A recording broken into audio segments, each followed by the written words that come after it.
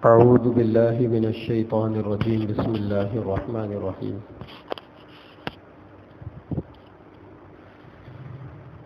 قالوا اضغاث احلام وما نحن بتأویل الاحلام بعالمین۔ کل سورہ یوسف اور سیدنا یوسف علیہ السلام کا کچھ واقعہ گزرا تھا۔ اللہ تعالیٰ نے یوسف علیہ السلام کے واقعے کو سب سے بہترین واقعہ قرار دیا۔ زلیخا نے جب سیدنا یوسف علیہ السلام پر الزام لگایا تو یوسف علیہ السلام نے اس الزام کے مقابلے میں جیل جانا پسند کیا۔ یوسف علیہ السلام کے ساتھ جیل میں 2 اور قیدی بھی تھے جن کو بادشاہ کے کھانے میں زہر ملانے کے الزام میں جیل میں ڈالا گیا تھا۔ ان دونوں قیدیوں نے خواب دیکھا۔ ایک قیدی نے خواب دیکھا کہ وہ انگور کو نچوڑ کر اس کی شراب بنا کر بادشاہ کو پلا رہا ہے، اور دوسرے نے خواب دیکھا کہ اس کے سر پر روٹیوں کا ٹوکرا ہے جس میں سے پرندے نوچ نوچ کر کھا رہے ہیں۔ ان دونوں نے سیدنا یوسف علیہ السلام سے تعبیر پوچھی تو حضرت نے اس کی تعبیر یہ بتائی کہ جو بادشاہ کو انگور نچوڑ کر شراب بنا کر پلا رہا ہے وہ ایک دن جیل سے رہا ہوگا اور بادشاہ کا قریبی بنے گا، اور دوسرا جس کے سر پر سے پرندے روٹیوں کو توڑ توڑ کر کھا رہے تھے اس کو پھانسی دے دی جائے گی۔ چنانچہ ایسا ہی ہوا۔ بادشاہ کا جو باورچی تھا وہ مجرم نکلا اور اس کو پھانسی پر لٹکا دیا گیا، اور جو دوسرا آدمی تھا وہ بے گناہ نکلا۔ وہ جب رہا ہو گیا تو یوسف علیہ السلام نے اس سے کہا کہ بادشاہ کو تھوڑا یاد دلا دینا کہ جیل میں ایک بے قصور قیدی بھی بند ہے۔ چنانچہ وہ رہا ہونے کے بعد بھول گیا، اور یوسف علیہ السلام مزید چند سال تک جیل میں رہے۔ اس کے بعد بادشاہ نے خواب دیکھا کہ 7 موٹی تازہ گائیاں ہیں اور 7 دبلی پتلی گائیاں ہیں۔ موٹی گائیں دبلی پتلی گایوں کو کھا رہی ہے۔ بادشاہ نے اپنے قریبی علماء سے اس خواب کی تعبیر پوچھی، لیکن کسی نے اس کی صحیح تعبیر نہیں بتائی۔ تو وہ جو آدمی بادشاہ کا قریبی تھا جس کا کام بادشاہ کو شراب بنا کر پلانا تھا، اس کو یاد آیا۔ اس نے کہا کہ جیل میں میرا ایک دوست تھا یوسف، وہ خوابوں کی بڑی اچھی تعبیر بتاتے ہیں۔ چنانچہ بادشاہ نے کہا کہ یوسف علیہ السلام سے اس کی تعبیر پوچھی جائے۔ تو یوسف علیہ السلام نے اس کی تعبیر یہ بتائی کہ 7 موٹی تازی گائیوں کا مطلب یہ ہے کہ 7 سال غلہ اور اناج زمین سے بہت نکلے گا، پھر اس کے بعد 7 سال تک قحط سالی ہوگی، بارش نہیں ہوگی، زمین سے پیداوار نہیں ہوگی۔ یوسف علیہ السلام نے مشورہ دیا کہ وہ جو 7 سال شروع میں جو غلہ نکلے گا اس غلے کو اسٹور کر کر رکھ لو تاکہ آئندہ جو 7 سال قحط سالی کے آنے والے ہیں اس میں مدد ملے۔ اس خواب کی تعبیر بادشاہ کو بہت پسند آئی۔ بادشاہ نے یوسف علیہ السلام کو جیل سے رہا کیا۔ پھر بادشاہ نے خواہش ظاہر کی یوسف علیہ السلام سے کہ آپ ہی جو ہے ہماری حکومت کے اندر شامل ہو جائیے، تاکہ یہ جو تدبیر کرنا ہے کہ 7 سال تک اناج کو اسٹور کر کر رکھنا ہے۔ اس کے بعد سیدنا یوسف علیہ السلام مصر کے فائنانس منسٹر بن گئے، وہاں کے وزیر خزانہ بن گئے، اور ان کی بہتر تدبیر سے لوگوں کے اوپر جو قحط سالی آئی تھی وہ ختم ہو گئی۔ اسی زمانے کا واقعہ ہے کہ یوسف علیہ السلام کے جو بھائی تھے جنہوں نے آپ کو کنویں میں ڈالا تھا، وہ کنعان سے غلہ لینے کے لیے یوسف علیہ السلام کے پاس آئے۔ تو یوسف علیہ السلام نے سارے بھائیوں کا غلہ ان کو دینے کے بعد ان سے پوچھا کہ کیا تمہارا اور ایک بھی کوئی بھائی ہے؟ انہوں نے کہا کہ ایک بھائی ہے بنیامین، ہمارا سوتیلا بھائی، ہمارے والد اس سے بے پناہ محبت کرتے ہیں، ہمارے والد نے ان کو نہیں بھیجا۔ یوسف علیہ السلام نے کہا کہ اگلی مرتبہ آتے وقت ان کو لے کر آنا، ورنہ ان کے حصے کا غلہ نہیں ملے گا۔ اور جب بھائی جانے لگے تو یوسف علیہ السلام نے غلے کے پیسے انہی کے غلے کے تھیلی کے اندر رکھوا دیے۔ جب وہ لوگ لوٹ کر اپنے گھر واپس گئے، انہوں نے اپنے غلے کی تھیلیوں کو کھولا تو اس میں دیکھا کہ اس کے اندر گیہوں وغیرہ اناج بھی ہے اور پیسے بھی واپس رکھ دیے گئے۔ تو یوسف علیہ السلام کے بھائی بڑے خوش ہوئے کہ بادشاہ کتنا نیک دل بادشاہ ہے۔ چنانچہ جب اگلی مرتبہ وہ لوگ غلہ لینے کے لیے آئے تو اپنے بھائی بنیامین کو لے کر آئے، جو یوسف علیہ السلام کے سگے بھائی تھے۔ حضرت یعقوب علیہ السلام کی 2 بیویاں تھیں، ایک بیوی سے 10 بیٹے تھے اور دوسری بیوی سے 2 بیٹے۔ وہ جو 2 بیٹے تھے، ایک یوسف علیہ السلام اور دوسرے بنیامین تھے۔ چنانچہ جب بنیامین آئے تو یوسف علیہ السلام نے بنیامین کو اپنے قریب لے کر پوچھا کہ گھبراؤ نہیں، میں تمہارا بھائی یوسف ہوں۔ اس کے بعد سارے بھائیوں کے غلے ان کو دے دیے گئے، اور بنیامین کے غلے کے اندر بادشاہ کا یعنی یوسف علیہ السلام کا ایک سونے کا پیالہ تھا جس میں وہ پانی پیتے تھے، اس پیالے کو اس میں ڈال دیا گیا۔ جب سارے لوگ جانے لگے اپنا اپنا اناج لے کر تو محل کے اندر اعلان ہوا کہ بادشاہ کا سونے کا پیالہ چوری ہو گیا ہے۔ اور اس زمانے میں دستور یہ تھا کہ جس کسی کے پاس چوری کا سامان پکڑا جاتا تو اس آدمی کو اپنے پاس ہی قید بنا کر رکھ لیتے تھے، قیدی بنا کر۔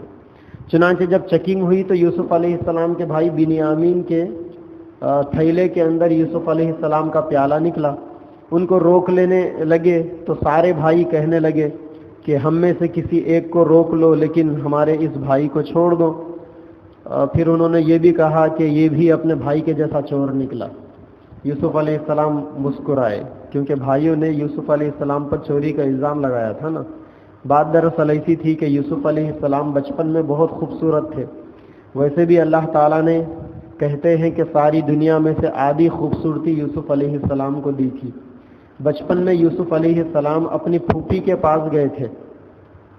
جب یعقوب علیہ السلام اپنی بہن کے پاس سے یوسف علیہ السلام کو واپس بلا کر لانے لگے تو ان کی پھوپھی نے یوسف علیہ السلام کے کمر پر ایک پٹا باندھ دیا تھا، اور جب یعقوب علیہ السلام اپنے بچے کو لے کر جانے لگے تو پھوپھی نے شور مچایا کہ میرا پٹا چوری ہو گیا، میرا پٹا چوری ہو گیا۔ جب دیکھا گیا تو یوسف علیہ السلام کے کپڑوں کے اندر وہ پٹا بندھا ہوا تھا۔ تو اس زمانے کا دستور یہ تھا کہ اگر کسی کے پاس چوری کا سامان پکڑا گیا تو اس کو روک لیتے تھے۔ تو یوسف علیہ السلام کی پھوپھی نے ان کو اپنے پاس روکنے کے لیے یہ کھیل کھیلا تھا۔ اب بھائیوں نے کیا کہا؟ بھائیوں نے یہ کہا کہ بنیامین بھی اپنے بھائی یوسف کے جیسا چور نکلا۔ چنانچہ بھائی لوٹ کر یعقوب علیہ السلام کے پاس گئے اور کہا کہ ہمارا بھائی بنیامین بادشاہ کا پیالہ چوری کرتا ہوا پکڑا گیا، لہذا بادشاہ نے اس کو وہیں پر روک لیا۔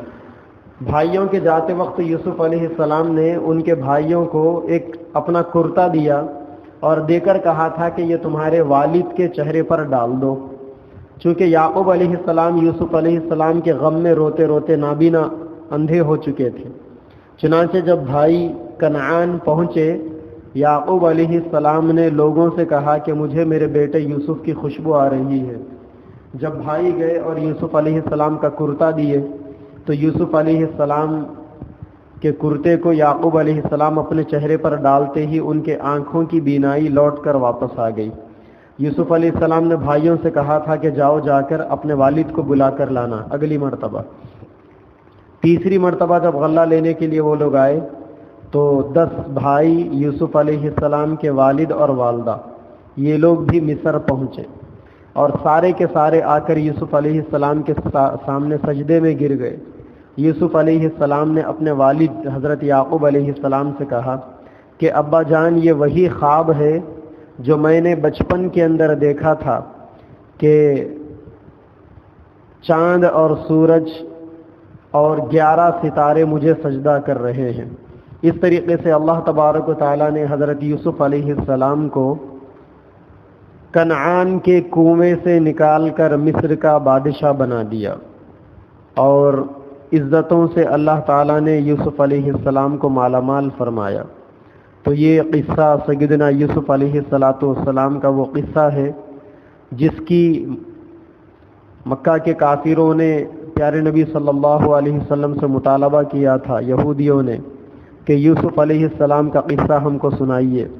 اللہ کے نبی نے پورا قصہ وحی کی روشنی میں ان لوگوں کو سنایا۔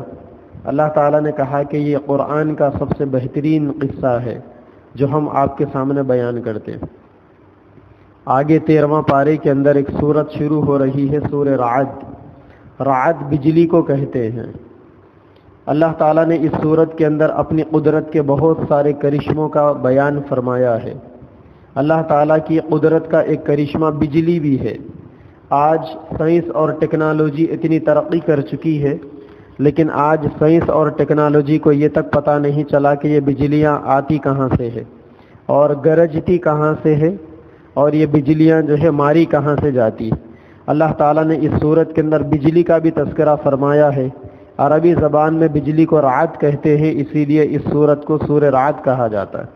اس سورت کے اندر اللہ تبارک و تعالیٰ کی قدرت کی بڑی بڑی نشانیوں کو بیان کیا گیا کہ کس طریقے سے اللہ نے سورج بنایا، چاند بنایا، اور سورج اور چاند کو اپنے اپنے مدار میں گردش کرنے کے لیے اللہ تعالیٰ نے ایک مقررہ مدت تک کے لیے چھوڑ دیا ہے، اور وہ سارے کے سارے اپنے اپنے وقت پر اپنے اپنے کام کرتے ہیں۔ اور کس طریقے سے اللہ تبارک و تعالیٰ نے فرشتوں کو کام پر لگایا ہے۔ فرشتے اللہ تبارک و تعالیٰ کے حکم سے انسانوں کے فائدے اور بھلائی کے کاموں کے اندر مسلسل لگے ہوئے رہتے ہیں۔ آگے اللہ تبارک و تعالیٰ نے نیک لوگوں کے، متقی لوگوں کے اوصاف کو بیان فرمایا۔ الذین یوفون بعہد اللہ ولا ینقضون المیثاق، کہ اللہ تعالیٰ کے جو نیک بندے ہوتے ہیں ان کی 8 خوبیاں ہوتی ہیں۔ 8 خوبیوں میں سے ایک خوبی ہے اللہ تعالیٰ سے کیے ہوئے وعدے کو پورا کرنا، دوسرے ہے اللہ کے وعدے میں خلاف ورزی نہیں کرنا، اور اللہ تعالیٰ نے جن رشتوں کو جوڑنے کا حکم دیا ہے ان رشتوں کو جوڑنا، اور اللہ تعالیٰ سے ڈرتے رہنا۔ آخرت کے دن، جس دن اللہ تعالیٰ حساب کتاب لیں گے، اس دن کے انجام سے خوف کھانا، اور اللہ تبارک و تعالیٰ کو خوش کرنے کے لیے مصیبتوں پر صبر کرنا، نماز پڑھنا، اور اللہ تعالیٰ نے جو کچھ بندوں کو روزی روٹی دی ہے اس میں کھلم کھلا اور چھپ چھپا کر خرچ کرنا۔ اگر کسی نے انسان کے ساتھ میں برا سلوک کیا ہے تو اچھے سلوک کے ذریعے سے اس کا بدلہ دینا۔ یہ ساری باتیں بیان کر کر اللہ تعالیٰ نے پیارے نبی صلی اللہ علیہ وسلم کو تسلی دی اور فرمایا کہ کفار اللہ تبارک و تعالیٰ کے نبی کو کہتے تھے کہ آپ رسول نہیں ہیں، تو اللہ تعالیٰ تسلی دے رہے ہیں کہ آپ ان کی پرواہ نہ کریں۔ اللہ تعالیٰ بذات خود آپ کی رسالت کے گواہ ہے، اور اہل علم بھی آپ کی رسالت کے گواہ ہے۔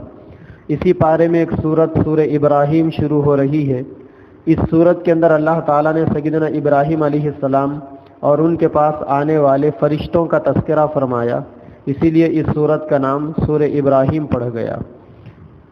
اس سورت کی ابتدا میں قرآن کریم کو نازل کرنے کی حکمت کو بیان کیا گیا ہے کہ آپ صلی اللہ علیہ وسلم لوگوں کو ان کے پروردگار کے حکم سے اندھیروں سے نکال کر روشنی میں لے آتے ہیں، یعنی گمراہیوں سے نکال کر ہدایت پر لانا، یہ اللہ کے نبی صلی اللہ علیہ وسلم کا فرض منصبی ہے۔ آگے اللہ نے شکر کرنے سے نعمتوں میں اضافہ ہونے کی بات فرمائی۔ وَإِذْ تَأَذَّنَ رَبُّكُمْ لَئِن شَكَرْتُمْ لَأَزِيدَنَّكُمْ وَلَئِن كَفَرْتُمْ إِنَّ عَذَابِي لَشَدِيدٌ۔ اللہ تعالیٰ کی طرف سے دی ہوئی نعمتوں پر شکر ادا کرنے سے نعمتوں میں اضافہ ہوتا ہے، یا تو مقدار میں اضافہ ہوتا ہے یا نعمتوں کے باقی رہنے میں ہوتا ہے۔ شکر کرنے کے بجائے اگر آدمی ناشکری کرے گا تو اس سے اللہ تعالیٰ دنیا کی نعمتیں چھین لیں گے، اور آخرت کے اندر اللہ اس کو عذاب دیں گے۔ اللہ تعالیٰ نے آگے 2 مثالیں دی، ایک کلمہ طیبہ کی اور دوسرے خبیث کلمے کی۔ کلمہ طیبہ سے مراد ہے ایمان، توحید، اور خبیث کلمے سے مراد ہے کفر اور شرک کے کلمات۔ پھر اللہ تبارک و تعالیٰ نے سیدنا ابراہیم علیہ السلام کی دعا کا ذکر فرمایا کہ ابراہیم علیہ السلام نے اپنے بیٹے سیدنا اسماعیل علیہ السلام اور حضرت حاجرہ علیہ السلام کو کعبہ میں چھوڑ کر دعا کی۔ دعا کیا تھی؟ اے اللہ، شہر مکہ کو امن کا گہوارہ بنا دیجئے، مجھے اور میری اولاد کو ہمیشہ بت پرستی سے بچائیے، انہیں پھلوں کا رزق عطا فرمائیے، سیدنا ابراہیم علیہ السلام کی دعا کا اثر یہ تھا کہ آج بھی آپ مکہ مکرمہ کے اندر دیکھیں، سال کے 12 مہینے دنیا کا ہر پھل وہاں پر موجود ہوتا ہے۔ حالانکہ مکہ کی سرزمین میں کسی پھل کی پیداوار نہیں ہوتی، وہاں صرف کھجور پیدا ہوتے ہیں، لیکن ابراہیم علیہ السلام کی دعا کی یہ برکت تھی کہ آپ کو سال کے 12 مہینے دنیا کا ہر پھل وہاں پر بغیر موسم کا مل جاتا ہے۔ یہ سیدنا ابراہیم علیہ السلام کی دعا کی برکت ہے۔ اس سے معلوم ہوا کہ آدمی اپنی اولاد کے لیے رزق، امن اور برکت کی دعا مانگتے رہنا چاہیے، کیونکہ یہ انبیاء کرام علی نبینا علیہم الصلاۃ والسلام کی سنت رہی ہے۔ اللہ تعالی ہم سب کو عمل کی توفیق عطا فرمائے۔